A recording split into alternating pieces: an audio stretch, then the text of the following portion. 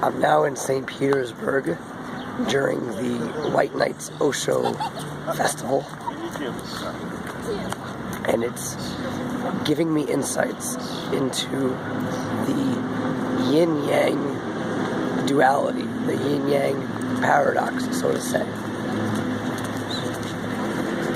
I want to take this video and explain in plain English the difference between the two ways of living, how they interact with each other, and why cultivating both are important to lead a healthy, fulfilled life. If you look back at my old videos, they are all yin. They're me talking, going with the flow, saying whatever I want to say in the moment. Yin is like a river flowing. It does whatever it does, following the path of least resistance. Yang, on the other hand, is more driven, focused. It is necessarily interested in worldly affairs. This is one of the reasons religion and spirituality is yin heavy, because it's about what exists beyond practical matters. Because if we're focused on the practical, we need a space to focus on the spiritual, the holy. Holy means set apart, removed from the world. So yin is free-flowing and removed and pure love and nature.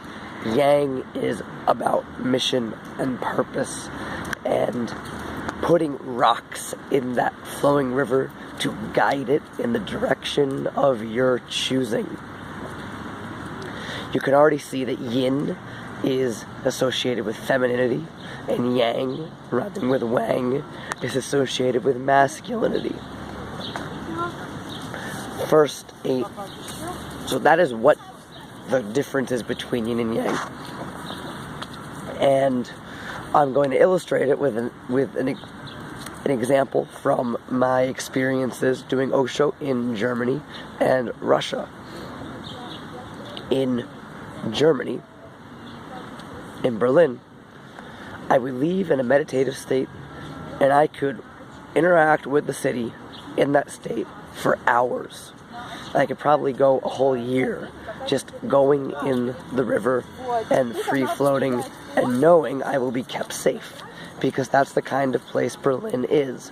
And even if you're acting weird going in the flow, the whole city's on drugs, so no one would find it out of the ordinary anyway.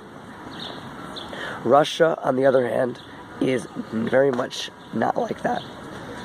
Even in the Osho Center itself, I had to grab the attention of the breakfast server to communicate my order. I was calmly, patiently waiting for him to come to me, to see in my eyes I was ready to order, and he was serving everyone else first. And I realized in here the culture is such that I need to exercise my yang to take what I want. This was a great insight, because before this I'd associated Osho with this meditative state, and now I realized it's really about finding the correct balance in my life of my yin and my yang. Now, this is true for everyone, and it goes to something Carl Jung discovered or theorized in his framework, which is that although generally speaking we have man, woman, masculine, feminine, Jung claims that within every man is what he calls an anima, an inner feminine, and with every woman is an inner masculine, an animus. This is also symbolized in the yin-yang symbol itself, where not only is there black and white, but there's white within the black and there's black within the white. If you don't know what I mean, go look up the symbol. There is yin within the yang, and there is yang within the yin. The reason it's important to exercise both of these is because they're both valid ways of living we need to be constantly switching between. You might, if you're so inclined, consider the left brain, right brain phenomenon. Left brain is more yang, right brain is more yin, and to be a fully functioning, creative thinker, individual, you need to be switching back and forth between right and left brain to form one unified whole. Let's say we're in yang mode and we're grabbing for something. I'm grabbing for a job I want. Now, you need to be in your full yangness to get that job. You need to know how to sell. You need to know public speaking. You need to know body language. You need training and all of these things to exercise your fullness in that job interview.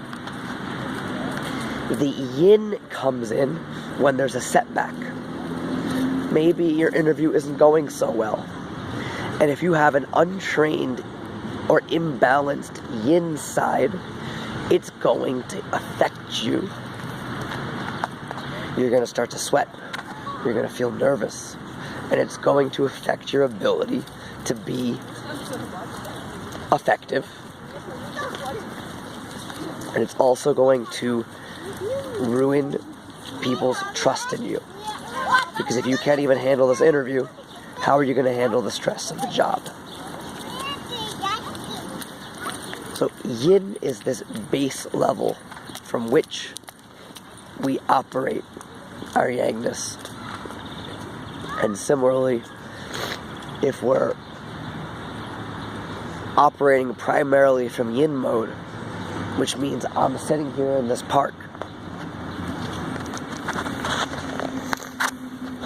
here in St. Petersburg. Let's just say I'm going with the flow, enjoying the day. And then something enters the river. A girl. Oh my God. Now, yin mode believes that everything is part of God's plan, or everything's part of the Buddha nature of the world. Yin says every moment is perfect. And therefore, this girl was placed in the world for me. Because otherwise, why would she be here in my eyesight? That's a yin way of viewing the world. But if you stay in yin world, she's going to walk right through that river, get to the other side, and never look back. So you need yang mode to pay respect and show your gratitude to God giving you these great gifts by actually going out and actively taking what you want.